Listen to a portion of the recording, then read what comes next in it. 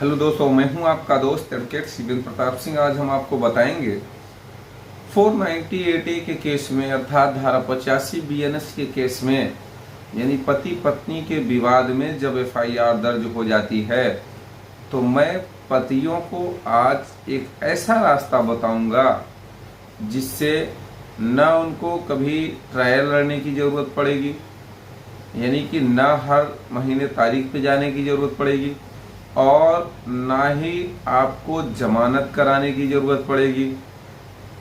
तो क्या बीच का ऐसा भी रास्ता है जिससे कि ना लोअर कोर्ट में जमानत की ज़रूरत, ना तारीख पे जाने की ज़रूरत? क्या नियम कानून ऐसा भी है जिससे कि इस तरह से बार बार कोर्ट में जाने से राहत आपको मिल सके?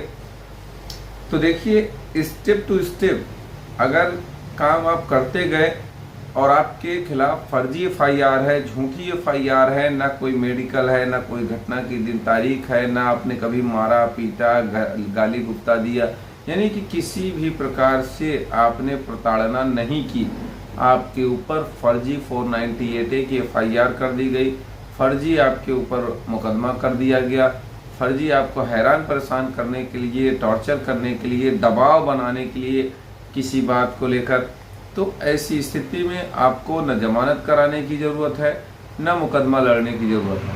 वो रास्ता क्या है, उसके लिए अंत तक बने रहें। देखिए, सबसे पहला काम तो ये है कि अगर आपके खिलाफ फर्जी झूठी FIR होती है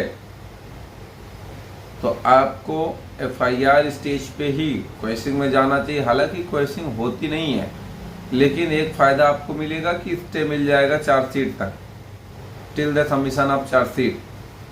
अब सवाल इस बात का है, चार्जशीट तक का स्टे लेकर आप करेंगे क्या? तो कोई बात नहीं, अगर आपने चार्जशीट तक का स्टे नहीं लिया है या क्रिमिनल लिट में नहीं जा पाए हैं, नहीं समय है, तो कोई फर्क नहीं पड़ता, कोई बात नहीं है।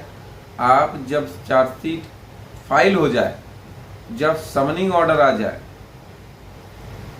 सम्मन हो जाए, सम्मन आपको मिल जाए या BW मिल जाए, जो भी मिले कोई उसमें फ़र्क नहीं पड़ेगा, यानी समनिंग हो जाने के बाद चार्जशीट फाइल हो गई, समनिंग हो गया, तो समनिंग ऑर्डर और चार्जशीट की कॉपी निकलवा के सीधे हाई कोर्ट आना चाहिए। अब सवाल इस बात का है कि अगर हाई कोर्ट आ गए तो क्या लोअर कोर्ट में प्रोसीडिंग चलेगी या नहीं चलेगी? तो देखो, जब तक आपके मुकदमे में हाई कोर्ट में सुनवाई नहीं हो जाती है, 10 दिन, 15 दिन, 1 महीना मैक्सिमम, इसमें सुनवाई हो ही जाएगी। तो जब सुनवाई हो जाएगी तो उस पर स्टे मिल जाएगा। अब स्टे जब मिल गया तो वही ऑर्डर की कॉपी आपको ले जाके लोअर कोर्ट में लगा देना रहेगा, ना वहाँ तारीख चलेगी, ना आपको बेल की ज़रूरत पड़ेगी। अब सवाल इस बात का है कि कभी तो चलेगी, कभी तो बेल कराना पड़ेगा, वो भी समझिए। कोई ज़रूरी नहीं है कि कभी चलेगी तारीख या कभी बेल कराना ही पड़ेगा।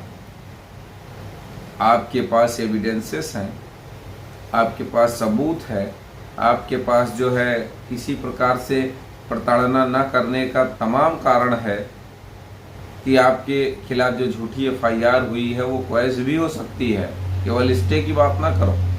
तो जब 3 महीने के लिए स्टे हो जाएगा, मीडिएशन फाइल होगा, मीडिएशन दोनों पक्षों का होगा, मीडिएशन पास हो फेल हो उससे फ़र्क नहीं पड़ता है। उसके बाद डेट लगने में हम तो समझते हैं कि मीडिएशन के बाद शायद आपकी फाइल 6 महीने 1 साल में आती है। इतनी आसानी से तुरंत आ भी नहीं जाती, टेकअप भी नहीं होती है। टेकअप भी हो जाएगी तो फिर काउंटर लगेगा, रिजवाइंडर लगेगा, ये सब चीज़ों में साल भर से ज़्यादा बीत जाएगा समय।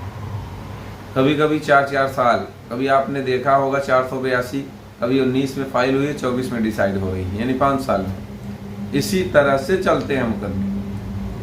तो आपको इन सब के दौरान, क्योंकि चूंकि आपको स्टे मिला हुआ है, तो इन सब के दौरान आपको कोई जमानत की ज़रूरत नहीं है, लोअर कोर्ट में डेट पे जाने की ज़रूरत नहीं है, किसी प्रकार की कोई प्रोसीडिंग्स वहाँ नहीं चलेगी, कोई न वारंट होगा, माने आपके खिलाफ कुछ भी आदेश नहीं होगा किसी कीमत पे।